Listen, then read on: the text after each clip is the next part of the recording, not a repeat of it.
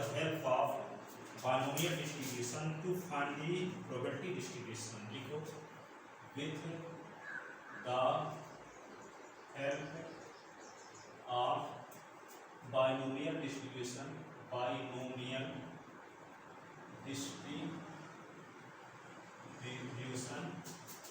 to find the probability distribution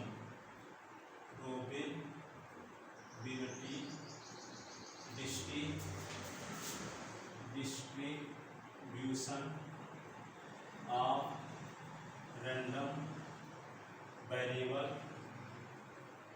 x। ठीक है, इस पर एक क्वेश्चन देखिए जो CBSE board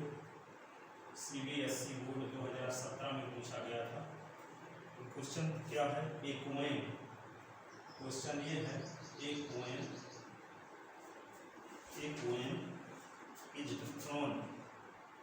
is thrown three times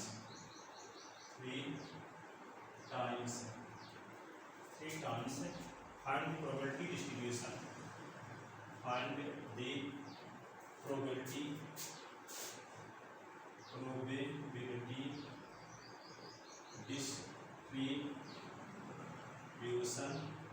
probability distribution of number of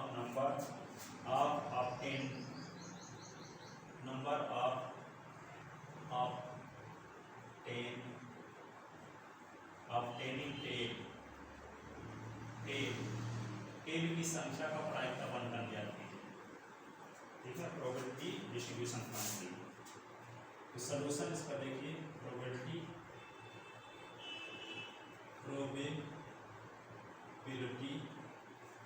of getting tail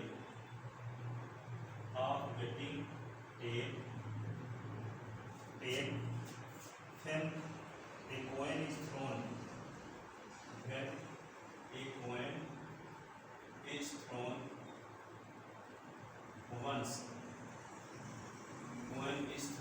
once एक बार उछालने पर, एक सिक्के को एक बार उछालने पर टेल आने की प्रोबेबिलिटी, एक coin is thrown once, p of H is equal to tail आने की प्रोबेबिलिटी ना, p of T is equal to लिखेंगे n of T upon n of S, क्या लिखेंगे 1/2, इसी को हम p is equal to 1/2, tail ना आने की प्रोबेबिलिटी क्या होगी, q is equal to 1 minus p, 1 minus 1/2 is equal to 1/2, q probability आ जाएगी।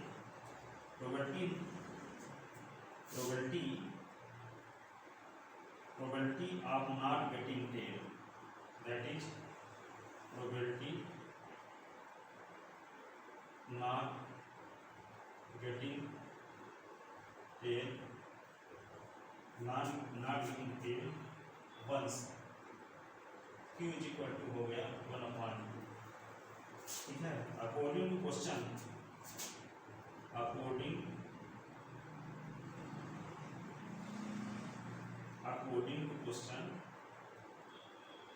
according to question coin is thrown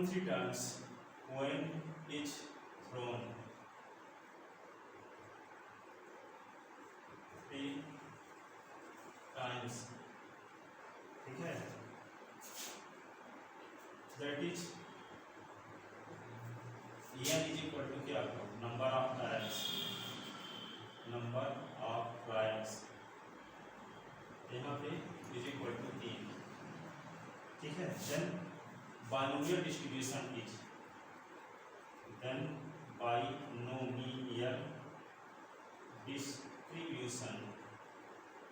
binomial distribution क्या होगा, q प्लस p की पावर n। ठीक है, किसी प्रयोग में सक्सेस की प्रोबेबिलिटी p है और फेलियर की प्रोबेबिलिटी q है, नंबर ऑफ ट्रायल्स n है, तो तो बाइनोमियल डिस्ट्रीब्यूशन क्या होता है, q प्लस p की पावर n होता है, q प्लस p की पावर क्या होता है n, ठीक है। और r बार success probability q plus p की पावर n के बाइनोमियल स्पैंड में r success probability r plus 1 term से दी जाएगी, ठीक है। 2 सक्सेस प्रोबेबिलिटी 2 प्लस 1 टर्म से दी जाएगी, 3 सक्सेस प्रोबेबिलिटी 3 प्लस 1 टर्म से दी जाएगी, 4 सक्सेस प्रोबेबिलिटी 4 प्लस 1 टर्म से दी जाएगी, n success probability n plus 1 term से दी जाएगी q प्लस p की पावर n के बाइनोमियल स्पैंड में, ठीक है। ये आपको पीछे बताया जा चुका है, ठीक है। अब इसको क्या लिखते हैं, तो बाइनोमियल डिस्ट्रीब्यूशन ये हुआ। अब एक बार सक्सेस, 0 बार सक्सेस, 1 बार सक्सेस, 2 बार सक्सेस की प्रोबेबिलिटी हम बाइनोमियल डिस्ट्रीब्यूशन की मदद से निकालेंगे। फिर क्या करेंगे, रैंडम वेरिएबल एस की जो वैल्यू हो सकती है और उनके करेस्पॉन्डिंग जो प्रोबेबिलिटी आई है उसको एक टेबल बना के लिखेंगे, वही कहलाएगा रैंडम वेरिएबल एस का प्रोबेबिलिटी डिस्ट्रीब्यूशन, ठीक है। रैंडम वेरिएबल एस का प्रोबेबिलिटी डिस्ट्रीब्यूशन। तो यहाँ पे बाइनोमियल डिस्ट्रीब्यूशन ये हो गया। इसी को लिख सकते हैं q की वैल्यू क्या है 1/2 और p की वैल्यू 1/2 की पावर यहाँ पे 3, ये बाइनोमियल डिस्ट्रीब्यूशन आ गया, ठीक है। अब हम क्या निकालते हैं, रैंडम वेरिएबल एस की value corresponding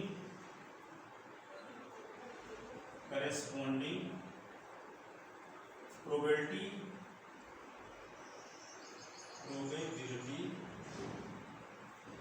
of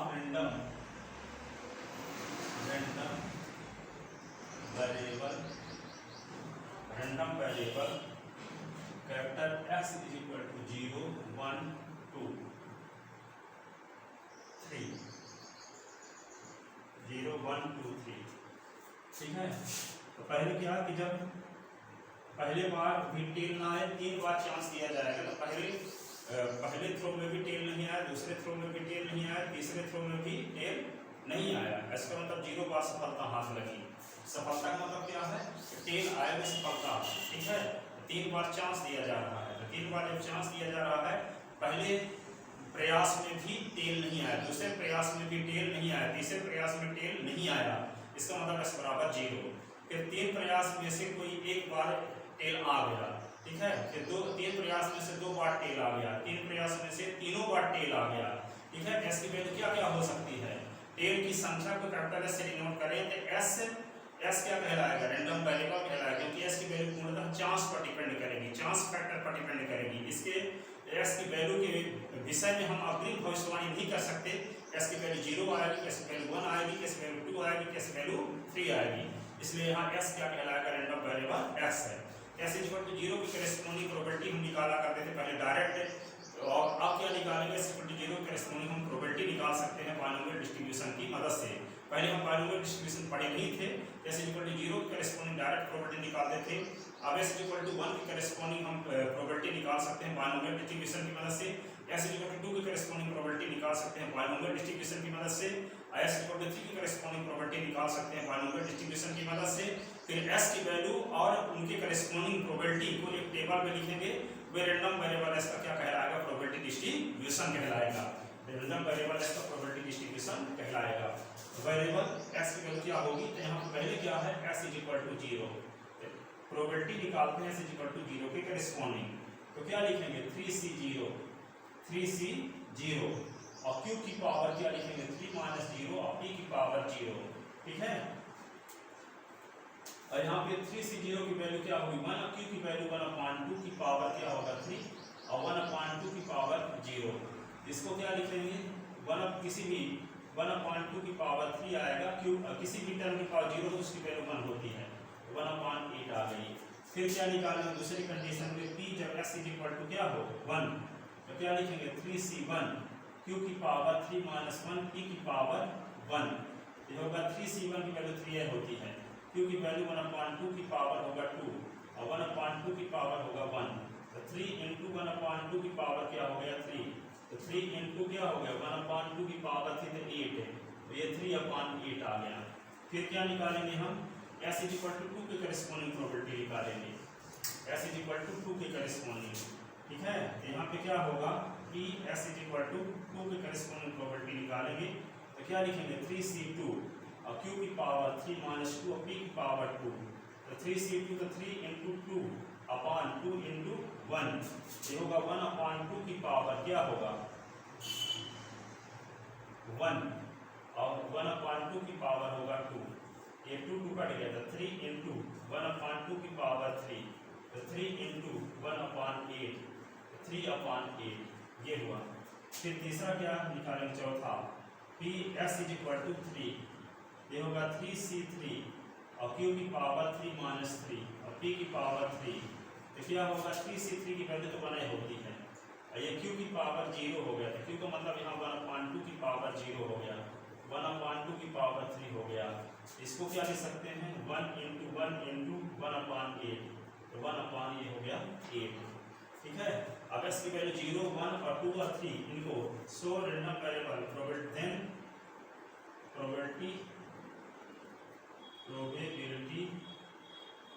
distribution of random variable x as follows, तो क्या लिखेंगे यहाँ पे x लिखेंगे और ये p x लिखेंगे, इसको si भी कहते हैं, इसको pi कहते हैं, ऐसे इसकी वैल्यू निकालते हैं। s की वैल्यू क्या क्या थी, s की वैल्यू पहले थी 0, 0 की करस्पॉन्डिंग प्रोबेबिलिटी क्या आ गई 1/8, फिर 1 के करस्पॉन्डिंग 3/8, फिर 2 के करस्पॉन्डिंग भी 3/8, 3 के करस्पॉन्डिंग भी 1/8। Where sigma P I is equal to क्या होगा P1 plus P2 plus P3 plus P4, यहाँ पे P1 की वैल्यू क्या है 1/8, 3/8, 3/8, ये 1/8, 8/8, ये हो गया 1। ये प्रोबेबिलिटी डिस्ट्रीब्यूशन ये आ गया, रैंडम वेरिएबल एस का ये प्रोबेबिलिटी डिस्ट्रीब्यूशन आ गया। इसको हम डायरेक्ट उस बार से पहले क्वेश्चन जब करवाए थे, इसको हम डायरेक्ट निकाल के प्रोबेबिलिटी निकालते थे, और आज ये प्रोबेबिलिटी हम निकालें किसकी मदद से, बायनोमियल डिस्ट्रीब्यूशन की मदद से, ठीक है ना। ये आई होप आपको समझ में आया होगा। यदि ऐसा है इस वीडियो को अधिक से अधिक स्टूडेंट को शेयर करें ताकि अधिक से अधिक स्टूडेंट का भला हो सके। Thank you so much.